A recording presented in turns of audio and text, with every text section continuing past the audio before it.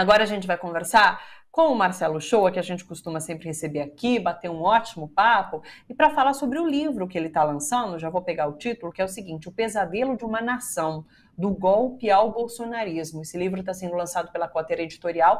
Tem previsão de lançamento, a pré-venda, né, agora, até a segunda quinzena de agosto. Marcelo, um prazer te receber. Tudo bem com você?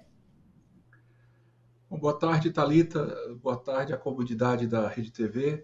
É sempre uma honra participar do Bom para Todos. Olha, Thalita, o livro está em pré-venda e a ideia é de lançamento físico já na primeira quinzena de agosto, né? É um lançamento programado, a gente está tratando dos últimos detalhes antes da impressão, porque a gente quer aproveitar e chamar a atenção desse momento que ele é tão especial na história brasileira. O livro, ele é na verdade, é um testemunho de resistência pessoal e coletivo. Não é absolutamente, não é nada novo, na verdade consiste nos textos que eu escrevi ao longo desse período, só que quando me foi apresentado o projeto, inclusive com os textos consolidados, eu mesmo me impressionei, porque quando você faz um texto, você narra um episódio, mas eles reunidos, eles têm uma coerência. E de fato foi um acompanhamento permanente do que acontecia no Brasil, desde o pré-golpe de 2016 até 20 dias atrás, né? É exatamente o que você faz o tempo todo, né, Thalita? A gente está nesse trabalho permanente e ininterrupto, e de repente não tem nem tempo para fazer uma obra. Quando você vê, ela está feita. Então, assim, estou muito grato, me contemplou demais o trabalho de revisão que foi feito, o cuidado com o título, o cuidado com a capa, e a previsão é a gente começar a fazer a venda física em agosto, e eu estou muito motivado. Apesar desses tempos serem cada vez mais difíceis, né, Thalita? Pesadelo que não termina. Eu já vou deixar o site aqui, cotter.com.br, tá bom, pessoal? Vocês podem entrar para adquirir o site, então. Como o Marcelo disse, fisicamente o livro vai estar disponível ali na primeira quinzena de agosto. E me chama a atenção, Marcelo, quando você coloca, né, que, de fato, você vem acompanhando tudo isso, fazendo parte dessa resistência, né? E esses vários textos acabam montando o retrato do que vem sendo o Brasil, ali desde o golpe até esse momento de hoje, até 20 dias atrás, como você coloca. Você esperava que um episódio como esse do final de semana agora, o assassinato do Marcelo Arruda, pudesse acontecer? Eu quero fazer uma relação, né, entre tudo que você coloca ali no livro e o que a gente está vivendo hoje aqui no país. Porque, de fato, a gente tem conversava agora com o Fernando Horta, né? A gente tem essa retórica do presidente, a gente tem a liberação de armas, e, de certa forma, isso tudo poderia levar a um acontecimento como esse. Eu falo que eu sempre sou poliana, eu sempre sou otimista e custo acreditar que algo como um fato desse tipo fosse acontecer. Mas está aí, né? Está aí e para a gente refletir em cima e se planejar, né? Você via essa relação? Você via isso acontecendo, podendo acontecer? Thalita, olha só. Essa canequinha aqui, né? Esse governo, ele já começou nos afligindo a todos, né, com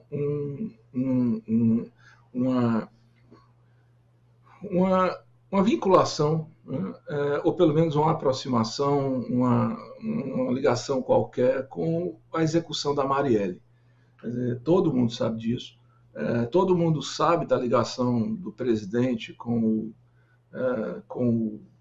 o assassino direto, do assassino direto com o outro que estava no carro. Eles foram no condomínio do presidente, foram condecorados pelo filho do presidente. O presidente, em algum momento, elogiou a Marielle, era uma vereadora que disputava politicamente o espaço com o filho do presidente. Então, esse governo ele já começou com essa situação insolúvel, né?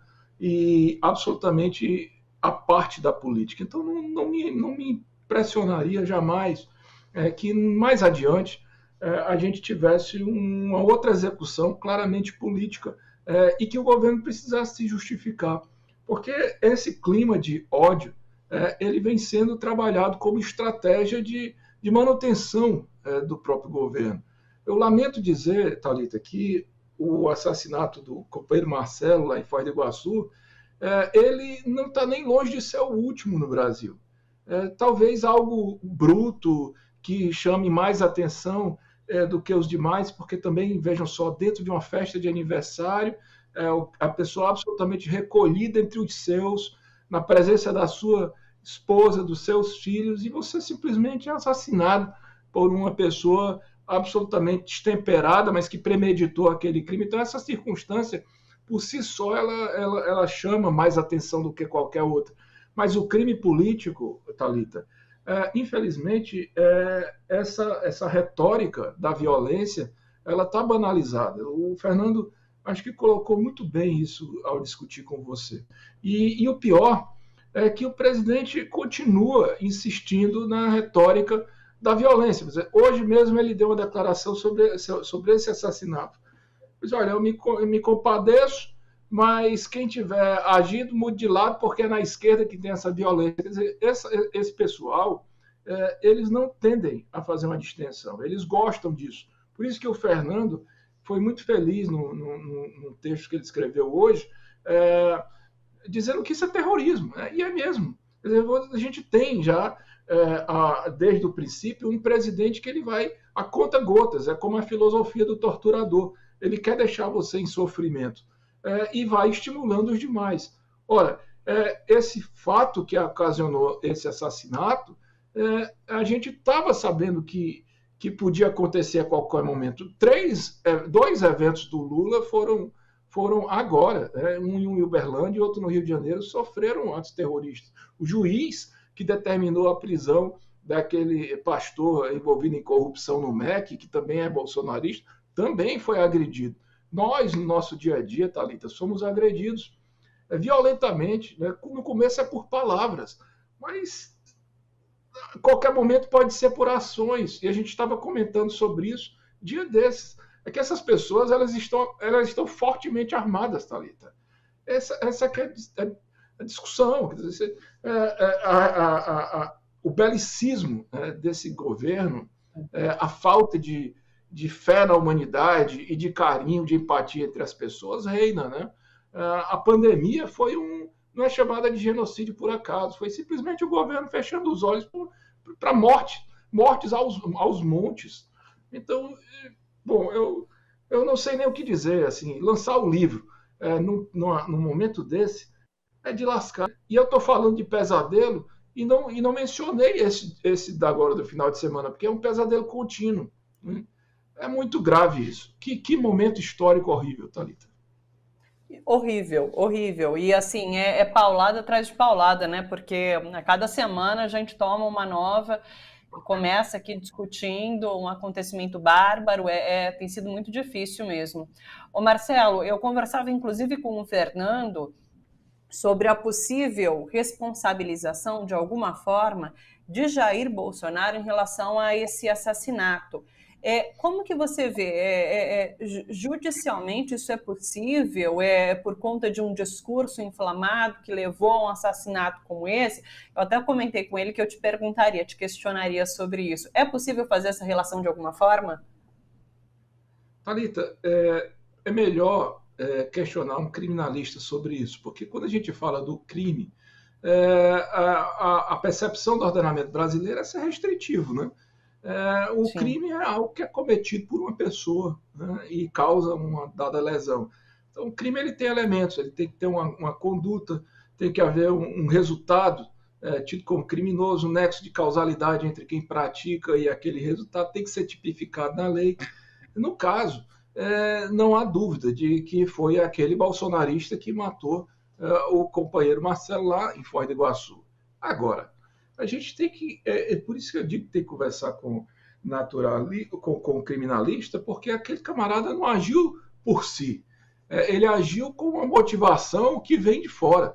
Era como se ele tivesse envolvido num espírito de bolsonarista, claro, e ele dizia, né? Eu vou acabar com todos vocês porque não sei o que, não sei o que, não sei o que. Então, assim, algo tem que ser feito, porque faz parte da tática fascista criar essas figuras, né, que em algum momento vão poder fazer aquilo que eles não podem fazer diretamente.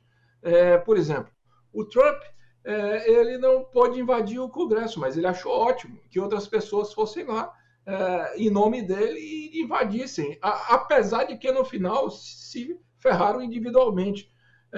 A gente não pode ser, claro, você não pode ser autoritário a ponto de atribuir um crime a quem não cometeu, mas a gente também não pode ser tolo e inocente de achar que uma pessoa que está o tempo todo fustigando, incentivando aquele ânimo não tem responsabilidade nenhuma.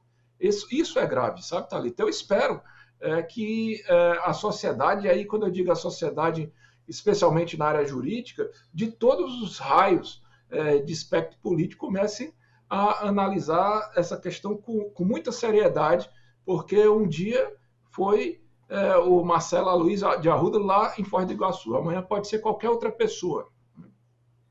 Sim. Ô Marcelo, voltando um pouco mais ao seu livro, né, do golpe ao bolsonarismo. Então, os textos começam ali em 2016, 2015, né, com o golpe. Para você, de fato, foi o ponto de inflexão? Foi quando tudo que a gente está vivendo hoje começou? Foi ali o golpe? Porque muita gente discute, né, se foi junho de 2013, se foi o golpe em si, como isso que a gente vive hoje começou a acontecer. Para você foi esse momento do golpe? Qual a reflexão que você traz ali desde o golpe, né, 2015, 2016? O livro começa antes do golpe propriamente. Então é porque assim, o golpe ele consolidou um momento que já vinha de junho de 2013, quando não havia Lava-Jato, mas já havia o lavajatismo. Quer dizer, a judicialização excessiva da política, escolhendo os inimigos e tentando vincular através de uma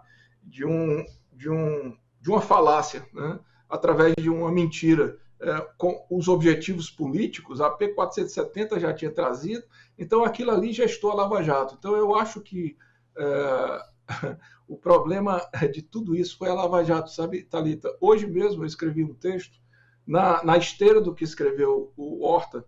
Fernando Horta, ele escreveu Bolsonaro terrorista, e eu escrevi Lava Jato terrorista. Porque a Lava Jato só foi terrorismo puro nas suas ações, né? na sua capacidade de pegar o direito e agir como exceção, e, claro, dizendo que estava fazendo justiça como tinha o interesse político de tirar um modo de governar para entregar para os objetivos imperialistas. Como no final não bastasse tudo isso, e as medidas de exceção, de tortura, por exemplo, condições coercitivas e delações premiadas para obter os seus objetivos, no final, quando a Lava Jato viu que eles poderiam perder em 2018, não bastasse o Lula não ter sido impedido de participar por causa do Moro, eles apoiaram também o bolsonarismo, né? E eles dizem isso através do diálogo. Então, a Lava Jato ela tem responsabilidade direta pelo fascismo.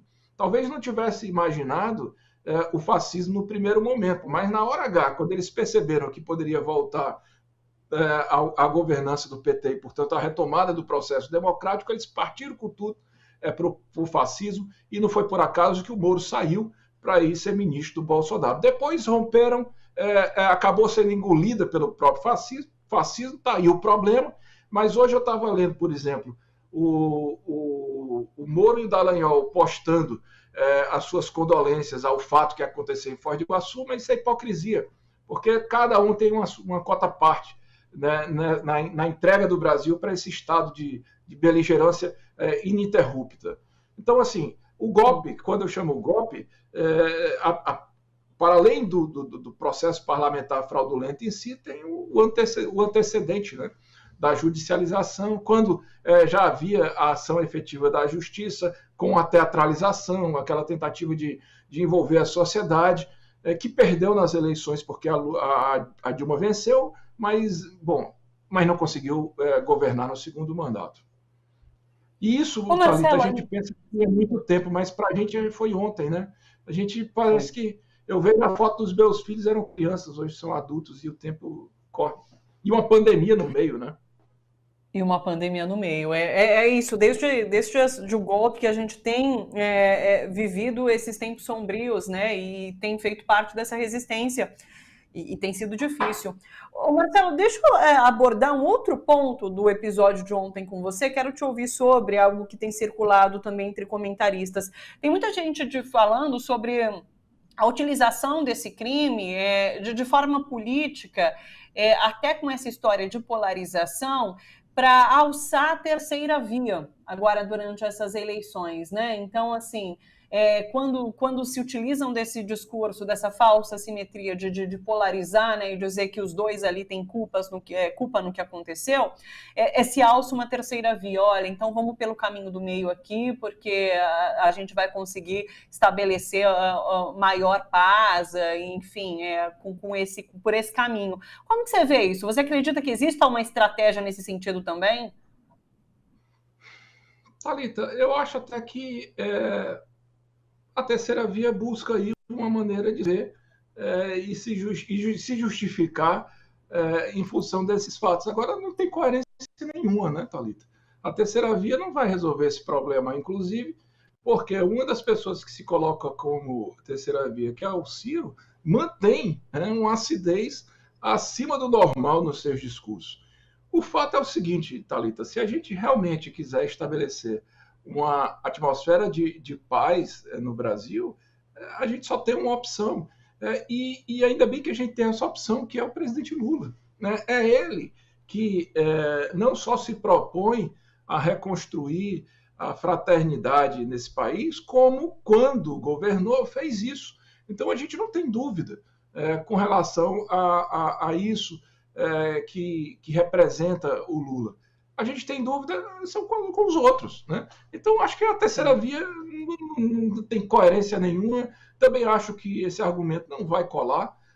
Acho que nós estamos há um pouco mais de 60 dias. É a civilização contra a barbárie.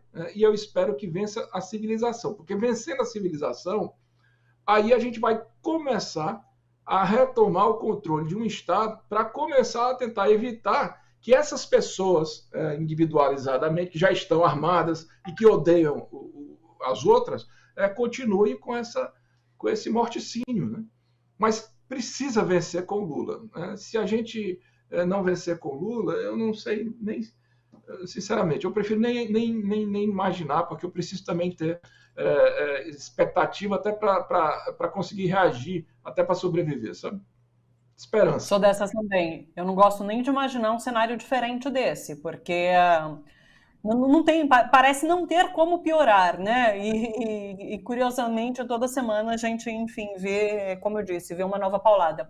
Ô Marcelo, da última vez que eu conversei com você, aliás, você estava bastante preocupado com a segurança de Lula. Eu imagino que essa preocupação dobrou, né? Por conta dos fatos recentes. E continuo, né? E mesmo vendo que deu certo lá, né, em Salvador, que deu certo no Rio de Janeiro, apesar dos atentados, né, que eles foram ali contornados e sem maiores prejuízos do ponto de vista da integridade física de participantes, continuo muito preocupado, Thalita, não só pelo Lula, e agora também porque quando eu pensava na segurança do Lula, eu imaginava o Lula mesmo, agora não, eu imaginava o contorno. Quer dizer, todo mundo vai estar em risco porque pode explodir uma bomba. Então, mais uma vez, eu digo, não, olha, porque Thalita, aquela história, se eles mataram o Kennedy em movimento na década de 60, então essas pessoas, por exemplo, que foram lá fazer demagogia na Ucrânia, você viu o armamento dessa turma, não é brincadeira. A gente precisa que o Lula fique vivo, né, por ele e pela gente. A gente tem essa chance de, através da política, através do jogo eleitoral, chegar lá. Mas a chance é com o Lula. Então, Travou a nossa conexão com o Marcelo, né, pessoal?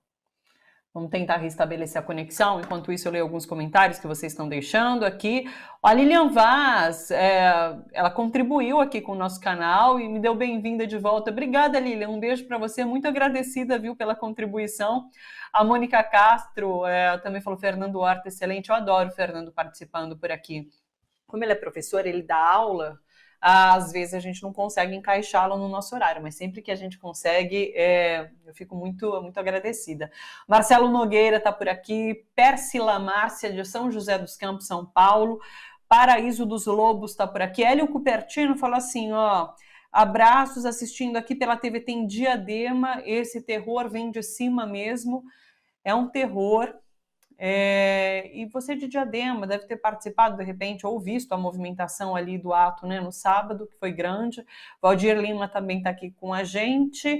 Rafael Almeida, Miraí Oliveira, Érica Leal de BH, Érica Leal de BH, e a Mônica Castro, que é de Curitiba. Falou, avante democracia. Deixa eu ver se a gente consegue reconectar com o Marcelo, mas deixa eu dar, enquanto isso, os serviços em relação ao livro dele. Olha, o livro chama O Pesadelo de uma Nação, do Golpe ao Bolsonarismo. O livro está sendo lançado pela Cotter Editorial, está em pré-venda pelo site, aliás, cotter.com.br, vou deixar aqui na tela para vocês, está aí. E a previsão do lançamento físico, né, é a segunda quinzena de agosto, tá pertinho, né, daqui um mês mais ou menos. A gente reconectou com o Marcelo, mas só para fechar mesmo, que a gente já está com o tempo quase estourando. Marcelo, você falava sobre essa preocupação com o Lula, né? E eu lembro que da última vez que a gente conversou, a discussão era, inclusive, dele continuar participando em atos públicos ou não, né? E ele tem amanhã um ato ali em Brasília. E é isso, a gente já começa a ficar apreensiva antes, né? Por conta do que pode acontecer. A segurança dele foi reforçada, são as notícias que a gente tem acesso dão conta disso, né? Mas é sempre preocupante. Thalita, o Lula tem que se resguardar. Nessa altura do campeonato, a gente se preocupa até com a gente, né? Você é uma jornalista, mas por estar aqui todo dia dando essa informação de maneira independente, livre, sem arestas, a gente está, sabe? Enfim, eu espero que o Lula se cuide, eu espero que a turma da coordenação da campanha saiba bem o que está fazendo.